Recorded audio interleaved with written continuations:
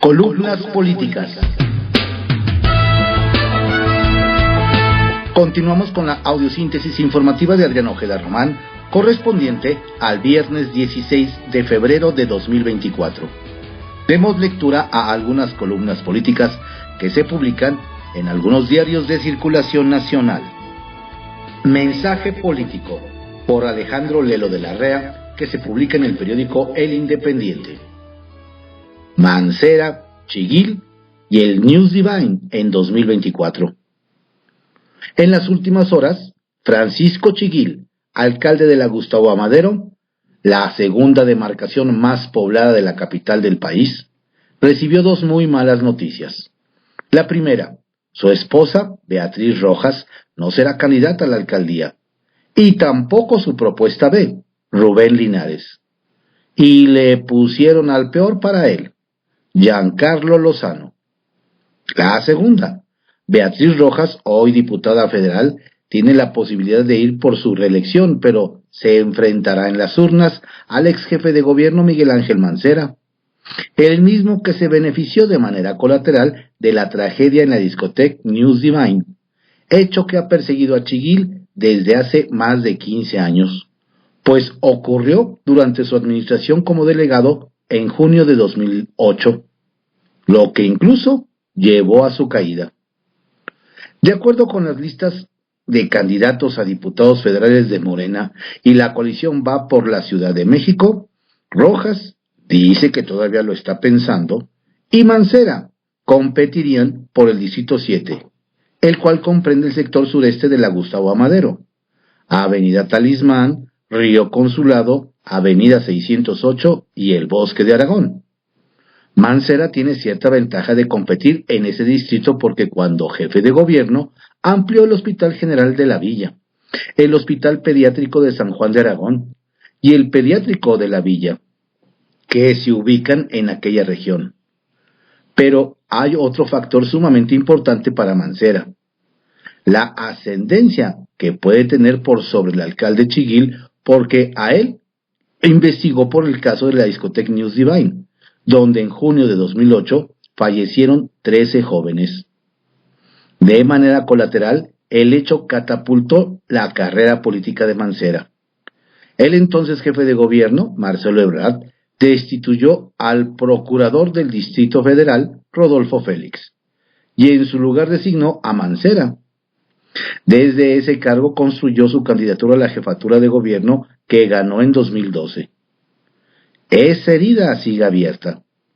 En junio pasado, cuando se cumplieron 15 años de la tragedia del News Divine, un juez del Reclusorio Norte citó a Chiguil para que compareciera ante nuevas denuncias de familiares de las víctimas, quienes le acusaban ser responsable de la tragedia por ejercicio ilegal del servicio público. Por tratarse de homicidio, siempre habrá un resquicio legal para reabrir el expediente. Hoy Chiguil está furioso, y no se descarta que pudiera negociar la entrega de la alcaldía con la oposición, pues Morena le impuso a Giancarlo Lozano como candidato, la peor opción para Chiguil, quien probablemente hará campaña de brazos caídos, lo que pondría en riesgo el triunfo de Clara Brugada y Claudia Sheinbaum en la capital del país, porque la Gustavo Amadero es la segunda más poblada. Giancarlo Lozano es considerado un político de choque, que hasta apenas poco más de un año militaba en el PRD. En la interna de Morena para la jefatura de gobierno estuvo muy cerca de Omar García Harfuch. Se ha ganado las simpatías de Sheinbaum con la organización Suma, que le apoya en varias entidades de la República, con recursos de dudosa procedencia. Por el lado de la oposición va Marisela Gastelu, a quien Morena le ha atribuido ser de los grupos radicales que se infiltran en los movimientos feministas para desestabilizar. Tan mal está la situación para Morena en la GAM, ante lo que Chiguil considera una venganza de Sheinbaum por haber hecho campaña contra Harfuch, que en una de esas hasta la esposa de Chiguil declina competir por su reelección. Como siempre, confían en que AMLO les arregle el problema político que los rebasó. Lo veremos. Arsenal, por Francisco Garfias, que se publica en el periódico Excelsior. ¿Y los resultados cuándo?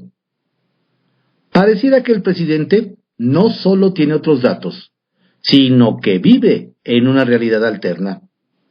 Dice que las protestas de los transportistas tienen un propósito politiquero. Es para generarnos conflictos. No hay problema que no se haya atendido. No podemos dejarnos chantajear. Es plan con maña, aseguró en la mañanera. ¿En serio?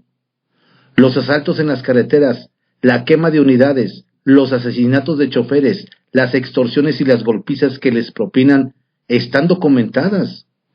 Lo vemos noche tras noche en los noticieros. No, señor presidente, no es un chantaje. El hartazgo por la violencia no es un invento de los medios convencionales que usted detesta. Es una realidad que lacera y enluta a muchos hogares mexicanos. Los transportistas están hartos de esa inseguridad. El caos que provocaron ayer en autopistas y carreteras es un aviso de la parálisis que pueden llegar a provocar en la República si el gobierno no atiende su inconformidad. Bloquearon las autopistas México-Querétaro, México-Cuernavaca, México-Puebla y México-Pachuca. Hubo acciones similares en carreteras de otras 3 entidades del país. Esta vez levantaron el paro 6 horas y media después de iniciarlo. La próxima, quién sabe. Un hombre que conoce bien el tema es Elías Dip Ramé. Es presidente de la Confederación Nacional de Transportistas Mexicanos, CONATRAM, organización que agrupa al mayor número de transportistas. Por años ha lidiado con diferentes gobiernos en distintas mesas de diálogo. No se ha avanzado mucho. Su experiencia la sintetiza en 6 palabras. Sí, muchas atenciones, pero puro rollo. ¿Para qué queremos mesas de trabajo?, se pregunta. Él mismo responde, no nos llevan a nada. La mejor mesa de trabajo está en la carretera, que haya vigilancia. ¿Dónde están los 100,000 elementos de la Guardia Nacional?, vuelve a cuestionar. López Obrador presume que la Guardia Nacional ya tiene casi 129,000 elementos. ¡Qué bueno! Pero, ¿y los resultados cuándo? Ya es un axioma que este sexenio es el más sangriento de la historia moderna de México.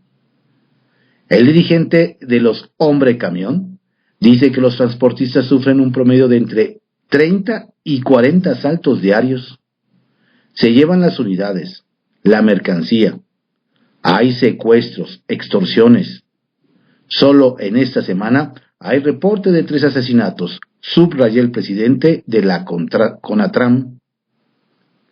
El hombre relata que alguna vez tuvo una reunión con la plana mayor de la Guardia Nacional y de la Sedena. Les hizo ver las necesidades que requería el transporte para tener mayor movilidad y seguridad. Les dijo que en tramos de 200 kilómetros en carreteras importantes no se ven patrullas. ¿No les gustó? Dip dijo más. Tenemos un accidente y la Guardia Nacional llega horas después porque no tienen elementos. Lo más grave es que muchos de ellos desconocen por completo lo que hacía la Policía Federal. Dicen que era mala la Policía Federal. Esto es peor, aseguró. Ante el caudal de violencia que sufren los transportistas, ¿qué prevé? ¿Un paro nacional total?, preguntamos. No precisamente un paro total del país, pero sí un 70% de los puntos importantes, y de esa forma se para el país, respondió. Ayer fue asesinado a balazos en Misantla, Veracruz, el aspirante a diputado local por Morena y director de Política y Gobierno de ese ayuntamiento, Manuel Hernández. En Taxco, Guerrero, el alcalde Mario Figueroa Alarcón sufrió un atentado del que salió ileso. En el ataque murió uno de sus agresores. Pero usted no se preocupe. López Obrador ya dijo que el problema de la violencia se está atendiendo y que México es un país pacífico. Los obispos de Guerrero no están de acuerdo con el presidente. Ya todo México sabe que se reunieron por separado con líderes de los grupos delincuenciales en la entidad para buscar sin éxito una tregua. López Obrador avaló esos encuentros. Lo veo muy bien. Creo que todos tenemos que contribuir a conseguir la paz, dijo en la mañanera. Aunque admitió, desde luego la responsabilidad de garantizar la paz y la tranquilidad es del Estado. Xóchitl Gálvez, en cambio, considera muy peligroso para los obispos y para todos los guerrerenses que haya necesidad de sentarse con delincuentes para negociar una tregua. Es una pena que hoy la Iglesia tenga que negociar con el crimen organizado, ya que ellos son de facto la autoridad en Guerrero. En lugar de sentarse con la autoridad, los obispos tienen que sentarse con los delincuentes a pedirles una pacificación. Me parece increíble que el presidente diga que está de acuerdo, cuando él tiene que asumir su responsabilidad como jefe del Estado mexicano. Yo no digo que los agarre a balazos, pero que se ponga a trabajar en lugar de estarse metiendo en las campañas políticas, puntualizó. Capital Político, por Adrián Rueda, que se publica en el periódico Excelsior. Chiguil, la noche de un día difícil. Después de la tragedia del News Divine, donde varios adolescentes perdieron la vida en un fallido operativo contra un antro ilegal en la Gustavo Amadero, Francisco Chiguil vivió antier la noche más difícil de su carrera política. Y es que de un plumazo su partido lo despojó de su capital político de varios años, al arrebatarle su alcaldía, donde le impidieron poner a su sucesor. Y la única concesión fue que su esposa luche por la reelección como diputada federal. El golpe fue mucho peor de lo esperado, pues lo dejaron sin ninguna autoridad moral o política para gobernar los meses que le quedan como alcalde en la segunda demarcación más importante de la Ciudad de México. Ese miércoles fue un día largo, pues la dirigencia de su partido tenía que decidir quién iría a la elección de junio. Chiguil intentó el último pataleo, pero fue peor. Desde inicios de semana se sabía que la candidata de Claudia Sheinbaum para la Gustavo Amadero era la diputada Yuriri Ayala, quien incluso en una reunión previa con el equipo de la doctora había sido destapada. Pero al mismo tiempo, Arnulfo Cravioto pregonaba también que el ungido sería él, y que incluso su patrón, Martí Batres, ya se lo había adelantado. Esa fue la discusión de los jerarcas morenistas hasta altas horas de la noche. Por más que intentaban, ningún grupo quería ceder, y entonces sucedió lo de siempre. Se buscó una tercera vía, aunque nadie imaginó que fuera Giancarlo Elizondo, vetado por varios liderazgos. El golpe fue brutal para Chiguil, pero Martí no quedó exento, pues estaba seguro de que a través de Cravioto se haría de la segunda alcaldía más grande de la capital. Perdió la partida. Cierto que Giancarlo no era la carta de Sheinbaum, pero una funcionaria federal presionó a través de sus operadores en el partido para que lo dejaran correr, y así quedarse con la estratégica Gustavo Amadero. El futuro de Chiguil es incierto, pues la firma de Claudia está inscrita detrás de esta jugada como venganza por la traición en el proceso interno para la candidatura a jefe de gobierno, que finalmente obtuvo Clara Brugada. Mientras los derrotados, Cravioto y Yuriri, ya obtuvieron como premio de consolación sus respectivas candidaturas a diputados, Chiguil no obtuvo mayor cosa fuera de la postulación de su esposa. Ahora bien, la cúpula de Morena ya impuso a Giancarlo, a pesar de los negativos que arrastra. Ahora falta que las bases maderenses operen para la elección, pues el disgusto es mayúsculo. Y no solo del alcalde, que seguro se inclinará por una acción de brazos caídos en el territorio, a fin de que sus huestes ejerzan un voto diferenciado, para abrugada por el gobierno, y lo demás sería lo de menos. Pero falta ver también qué dice el experiodista Víctor Hugo Lobo, a quien muchos veían ya en Morena. Públicamente había advertido que, si algún día daba el paso, no aceptaría que Lozano fuera el candidato en la demarcación que gobernó 2 veces. Los votos de Chiguil y Lobo son vitales, y en la oposición ya se frotan las manos para sentarse con ellos por si no les cumplen en la 4T. Centavitos. Por cierto, aunque este tema le pega también a Clara, dicen que la candidata a la jefatura de gobierno anda en un plan de diva, cerrándole la puerta a todo el que no pertenezca a su equipo. No se deja ayudar porque seguramente se cree eso de que saque la marca le aporte 50% de los votos, y con unos cuantos más arrasaría. Es la única que no se da cuenta que con la pura chairiza y la marca no le alcanza. En privado, por Joaquín López Dóriga, que se publica en el periódico Milenio. El gobierno a examen por la pandemia.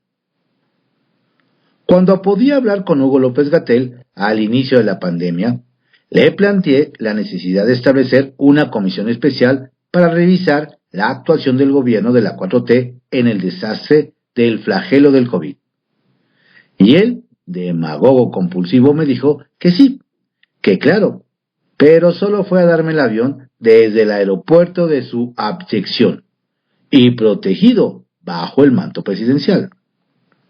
Pero resulta que un grupo de especialistas se ha reunido para crear pro bono la Comisión Independiente de Investigación sobre la Pandemia de COVID en México, que ya le había comentado aquí.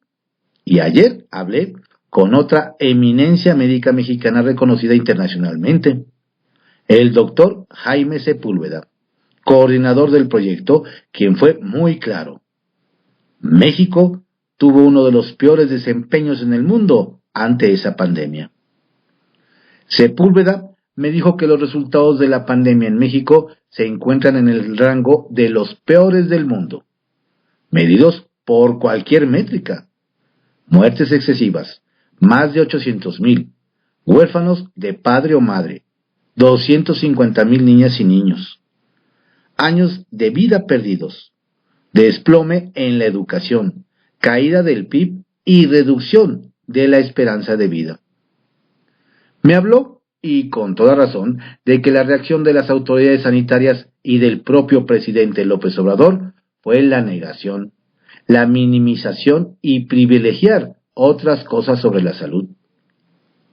Sobre la compra de vacunas a Cuba y a Rusia afirmó que se hicieron por ordenamientos políticos, no por bases técnicas, pues no están reconocidas por la OMS ni por la FDA de Estados Unidos, cuando costaban lo mismo y se podrían haber adquirido otras mucho más seguras y efectivas. En abril, esta comisión tendrá el resultado de su investigación, que no irá con la línea del régimen, y su reacción será la habitual: la descalificación y el insulto.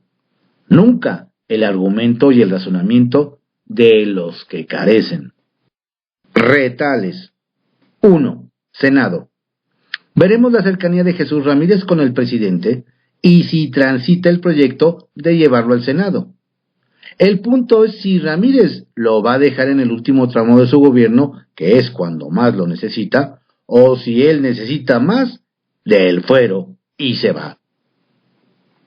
2. Escala. Con diferencia de 2 días, las candidatas presidenciales fueron recibidas por el Papa Francisco en el Vaticano. Ninguna anunció la visita, pero ambas lo destacaron en sus redes. No como un acto íntimo, sino como parte de sus campañas electorales, las que son diferentes. Y 3. Búsqueda.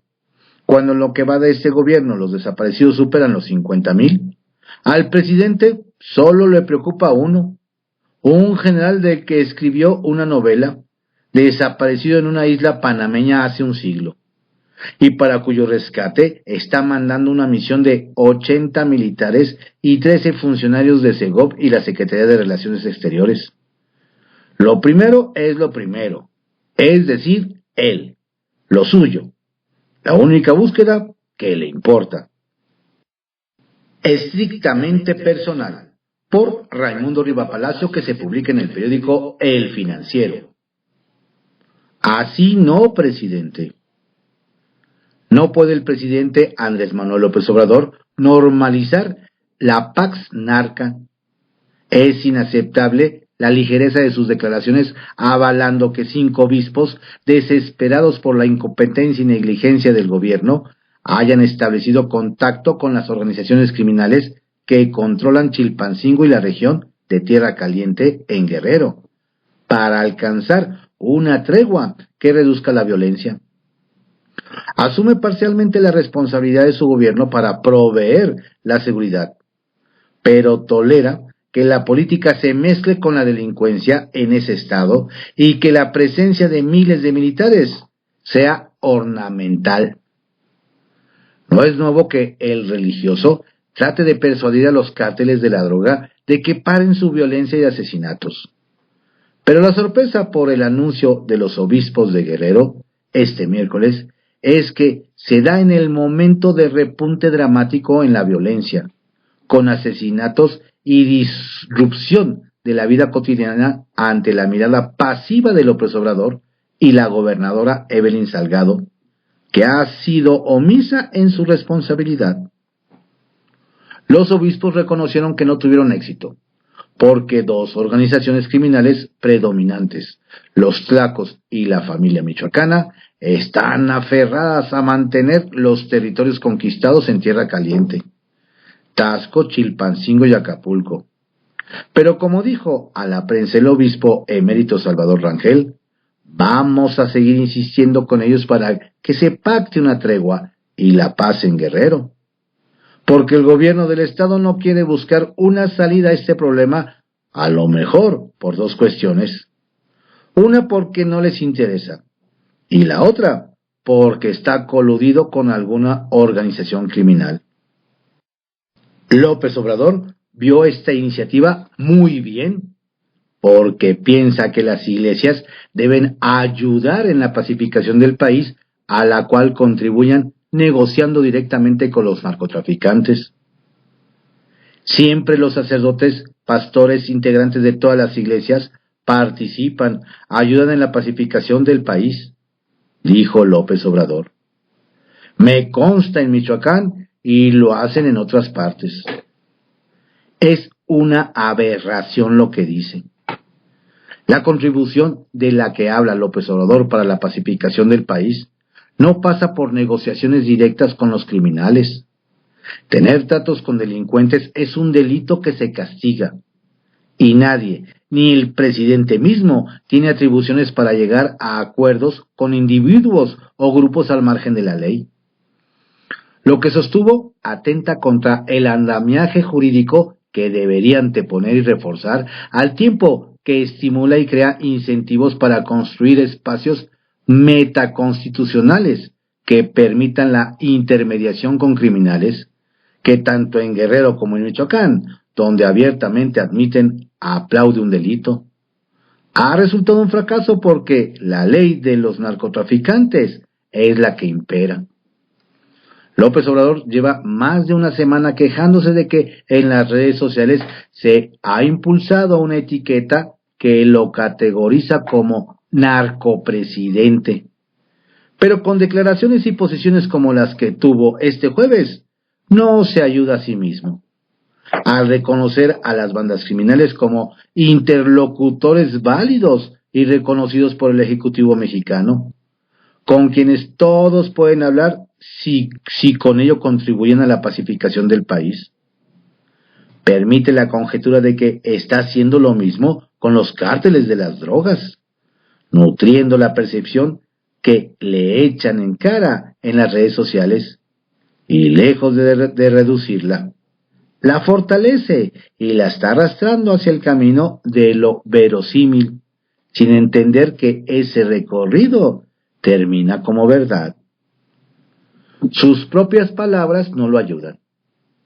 Nunca antes en Guerrero como ahora había estado protegiendo al pueblo con elementos del gobierno federal, dijo ayer el presidente desde la 12ª zona naval en Acapulco, donde se atrinchera cada vez que visita el puerto.